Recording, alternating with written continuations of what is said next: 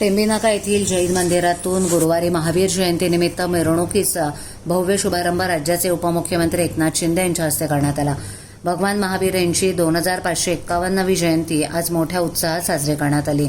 या जयंतीनिमित्त जैन समाज बांधवांची 24 महासंघ भगवान महावीर यांच्या जयंतीनिमित्त काढण्यात आलेल्या मिरवणुकीमध्ये सहभागी झाले होते। गेल्या 4 वर्षांपासून भगवान महावीर यांच्या जयंतीनिमित्त काढण्यात येणाऱ्या रॅलीमध्ये सहभागी होणाऱ्या 24 महासंघांचा यात समावेश असतो। तसंच भगवान महावीर यांच्या प्रतिमेची सजवलेल्या रथात स्थापना करून मिरवणूक शहरातील प्रमुख मार्गांवरून काढण्यात आली। या मिरवणुकीत ढोल ताशा लेझिम पथक पारंपरिक पोशाखातील बालक आणि महिलांचा सहभाग लक्षणीय होता। कार्यक्रमाला स्थानिक लोकप्रतिनिधी जैन समाजाचे अनेक मान्यवर तसंच नागरिक मोठ्या संख्येने उपस्थित होते। सामाजिक आणि सांस्कृतिक वातावरणात पार पडलेली ही मिरवणूक ठाणेकरांसाठी आकर्षण ठरली।